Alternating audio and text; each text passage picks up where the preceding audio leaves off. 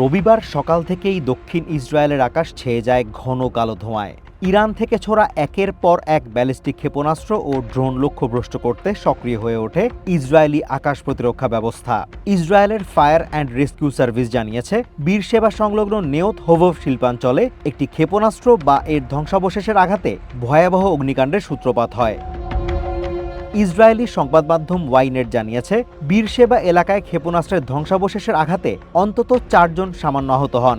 এছাড়া ইসরায়েলের জরুরি সেবা সংস্থা মাগেন ডেভিড অ্যাডাম জানিয়েছে, হামলার আকস্মিকতায় তীব্র আতঙ্ক বা অ্যাংজাইটি অ্যাটাক নিয়ে আরও 9 জন চিকিৎসা নিচ্ছেন। হামলার মূল কেন্দ্রবিন্দু ছিল কৃষি রাসায়নিক পণ্য উৎপাদনকারী প্রতিষ্ঠান আদানামার মাকতেশিম প্ল্যান্ট। সিনজেন্টা গ্রুপের মালিকানাধীন এই কারখানায় বিপজ্জনক রাসায়নিক উপাদান মজুদ থাকায় পুরো এলাকায় আতঙ্ক ছড়িয়ে পড়েছে।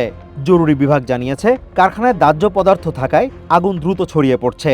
বিষাক্ত গ্যাস নিঃসরণের আশঙ্কায় বীরশেবা শহরের বাসিন্দাদের জানালা বন্ধ করে ঘরের ভেতরে অবস্থানের কঠোর নির্দেশ দিয়েছে কর্তৃপক্ষ। প্ল্যান্টের পাশাপাশি সেখানকার বেশ কিছু অবকাঠামো ক্ষতিগ্রস্ত হলেও হতাহতের কোনো খবর পাওয়া যায়নি। ইরানের এই সামরিক তৎপরতা কেবল ইসরায়েলি সীমাবদ্ধ নেই। জর্ডানের মুওয়াফফাক সালতি বিমান ঘাঁটিতে আমেরিকার বাহিনীর অবস্থান লক্ষ্য করে ড্রোন হামলা চালিয়েছে তেহরান। অন্যদিকে কুয়েতের একটি সামরিক ক্যাম্পে ইরানি ক্ষেপণাস্ত্রের আঘাতে 10 জন কুয়েতি সেনা আহত হয়েছেন। পাল্টা জবাবে ইরানের সিরাজ শহর এবং ওসমান ভান্দান গ্রামেও হামলা চালিয়েছে আমেরিকা ও ইসরায়েলের যৌথ বাহিনী। সেখানে 6 জন বেসামরিক নাগরিক প্রাণ হারিয়েছেন বলে জানিয়েছে আল জাজিরা। আকাশপথে পাল্টাপাল্টি এই হামলা মধ্যপ্রাচ্যকে এক চরম অনিশ্চয়তার দিকে ঠেলে দিয়েছে।